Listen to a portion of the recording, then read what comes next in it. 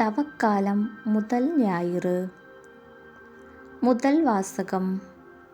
முதல் பெற்றோரை படைத்ததும் அவர்களின் பாவமும். தொடக்க நூலிலிருந்து வாசகம்.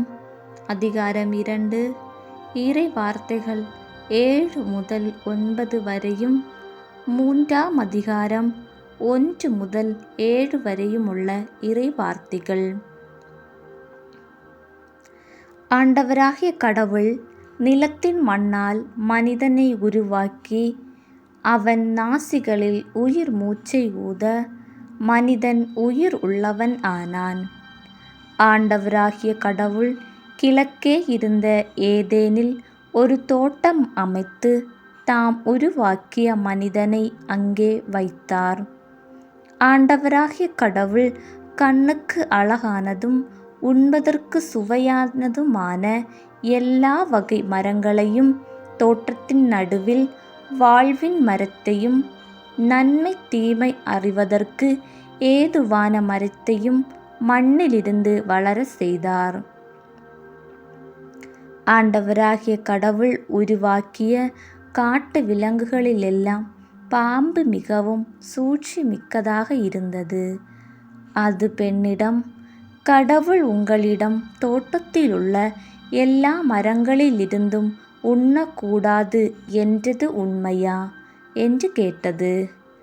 பெண் பாம்பிடம், தோட்டத்தில் இருக்கும் மரங்களின் பழங்களை நாங்கள் உண்ணலாம், ஆனால் தோட்டத்தின் நடுவே உள்ள மரத்தின் கனியை மட்டும் நீங்கள் உண்ணக்கூடாது, அதை தொடவும் கூடாது, மீறினால் நீங்கள் சாவீர்கள் என்று கடவுள் சொன்னார் என்றாள்.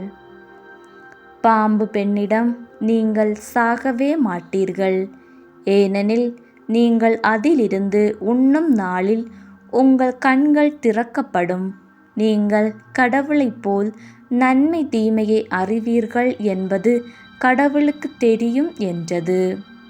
அந்த மரம் உண்பதற்கு சுவையானதாகவும் கண்களுக்கு களிப்பூட்டுவதாகவும் அறிவு பெறுவதற்கு விரும்பத்தக்கதாகவும் இருந்ததைக் கண்டு பெண் அதன் பழத்தை பறித்து உண்டாள். அதை தன்னுடன் இருந்த தன் கணவனுக்கும் கொடுத்தாள், அவனும் உண்டான். அப்பொழுது அவர்கள் இருவரின் கண்களும் திறக்கப்பட்டன. அவர்கள் தாங்கள் ஆடையின்றி இருப்பதை அறிந்தனர். ஆகவே அத்தி இலைகளை தைத்து தங்களுக்கு ஆடைகளை செய்து கொண்டனர். ஆண்டவரின் அருள் வாக்கு. இறைவனுக்கு புகழ்.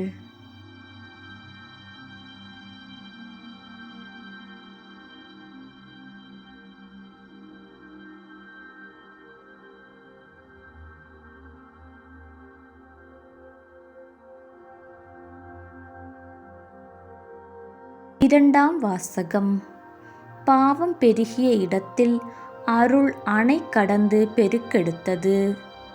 திருத்தூதர் பவுல் ரோமையருக்கு எழுதிய திருமுகத்திலிருந்து வாசகம். அதிகாரம் 5, இறை வார்த்தைகள் 12 முதல் 19 முடிய. சகோதரர் சகோதரிகளே, ஒரே ஒரு மனிதன் வழியாய் பாவம் இந்த உலகத்தில் நுழைந்தது. அந்த பாவத்தின் வழியாய் சாவு வந்தது.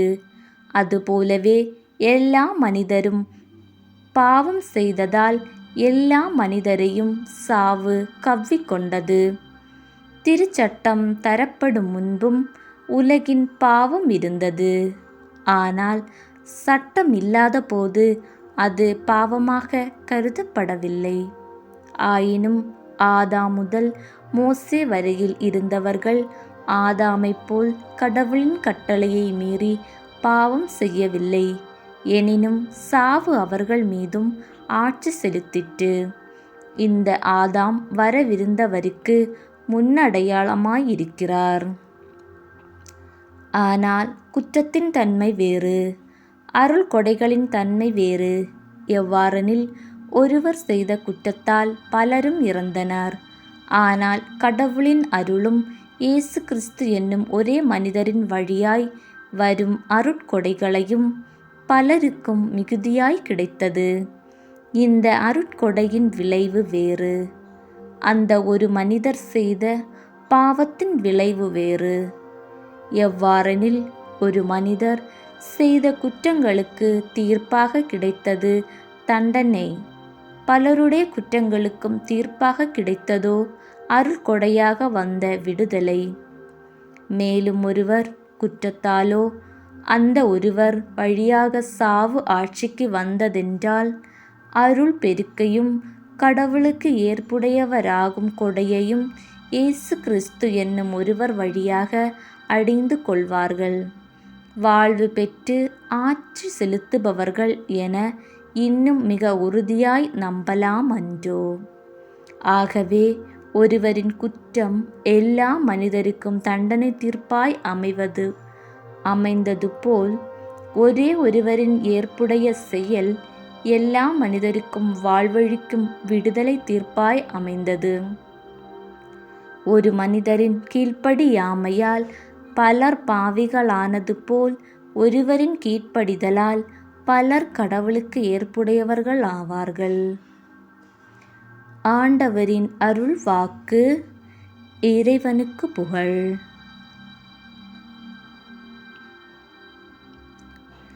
மனிதர் அப்பத்தினால் மட்டுமல்ல, மாறாக கடவுளின் வாய்ச்சொல் ஒவ்வொன்றாலும் வாழ்வர். நற்செய்தி வாசகம். இயேசு 40 நாள் நோன்பிருக்கிறார், சோதிக்கப்படுகிறார். மத்தேயு எழுதிய தூய நற்செய்தியிலிருந்து வாசகம். அதிகாரம் 4, இறை வார்த்தைகள் 1 முதல் 11 முடிய. அக்காலத்தில் இயேசு அலகையினால் சோதிக்கப்படுவதற்காக பாலி நிலத்திற்கு தூய ஆவியால் அழைத்து செல்லப்பட்டார். அவர் 40 நாள் இரவும் பகலும் நோன்பிருந்தார். அதன்பின் பசியுற்றார். சோதிக்கிறவன் அவரை அணுகி, நீர் இறைமகன் என்றால் இந்த கற்கள் அப்பமாகும்படிக்கு கட்டளையிடும் என்றான். அவர் மறுமொழியாக, மனிதர் அப்பத்தினால் மட்டுமல்ல, மாறாக கடவுளின் வாய்ச்சொல் ஒவ்வொன்றாலும் வாழ்வர் என மறைநூலில் எழுதியுள்ளதே என்றார்.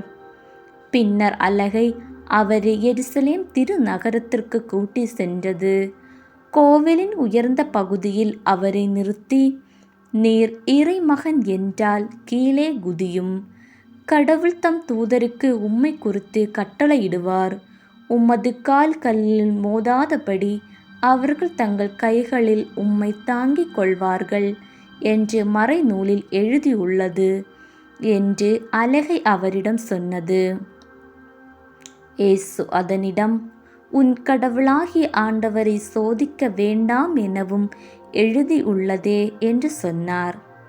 மறுபடியும் அலகை அவரை மிக உயர்ந்த ஒரு மலைக்கு கூட்டி சென்று, உலக அரசுகள் அனைத்தையும் அவற்றின் மேன்மையையும் அவருக்கு காட்டி அவரிடம், நீர் நெடுஞ்சான் கிடையாக விழுந்து என்னை வணங்கினால் இவை அனைத்தையும் உமக்கு தருவேன் என்றது.